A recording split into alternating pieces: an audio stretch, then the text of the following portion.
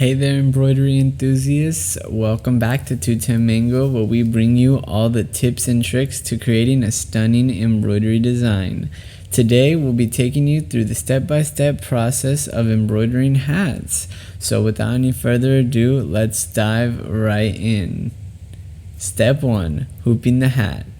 Our first step is hooping the hat. So before we hoop it, we have to apply a stabilizer in between the hat and the hoop so that the design stitches more efficiently. I'm actually using recycled cutaway backing, which helps me reduce the amount of material that's wasted in each of the designs, because the number of designs that I put into my machine can get pretty high, and especially when I'm having to run prototypes or mock-ups before the final product, maybe I need to take it back to my software, touch it up a little bit. Maybe the satin needs to be a few millimeters smaller or bigger because it didn't completely cover something, and then I can use some more recycled backing before I put it on the designs. I try to always use double backing when I'm embroidering on hats. It's because the double layered backing offers a little bit more space behind the panel of the hat in order to minimize the space between the panels and the needle plate. Anyway, it's a great way to save money, especially if you're just starting out.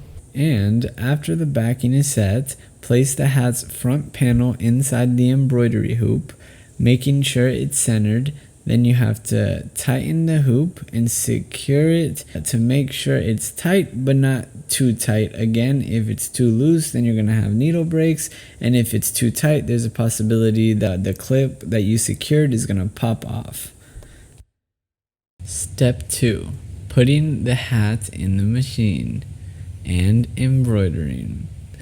Now that the hat is hooped, we can move on to step 2. Carefully place your hat onto the embroidery machine, making sure it's properly aligned.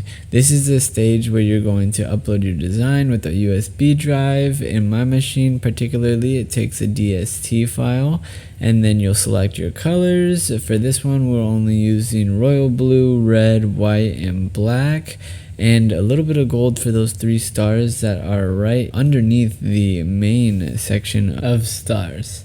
And now you can watch your design come to life. Step 3. Remove hat. Once the embroidery is complete, gently remove the hat from the machine, and being very careful not to damage any of the stitches or the design. Step 4. Unclip and remove backing. Now it's time to unclip and remove the embroidery hoop by carefully taking off the hat. I like to take the hat back to the hoop attacher and placing it on just to have a little bit more of a stable area to take off the hat. Then I peel away the backing stabilizer, which provided support during the embroidery process, but now we can take it off, and you want to take your time to ensure a clean removal without damaging the stitches in the back. Step 5. Trim design with tiny scissors, or in this case, snips. For our final step, we'll give the design a clean and professional finish. Trim any loose threads around the embroidered area using small, sharp scissors. Be precise, take your time to create a neat and polished look, because remember, this is going to go to our customer, or if you're making something for your family member or your friend, you really want it to have that finished look. And there you have it, folks. Embroidering hats in 5 simple steps. Remember, practice makes perfect, so don't be discouraged if you don't get it right the first time. I had so many challenges and so many times that I just wanted to give up, and I was like, whoa, this machine is impossible to work with. But after experimenting and having a lot of fun with it, I really let my creativity run wild, and I would challenge y'all to do the same thing.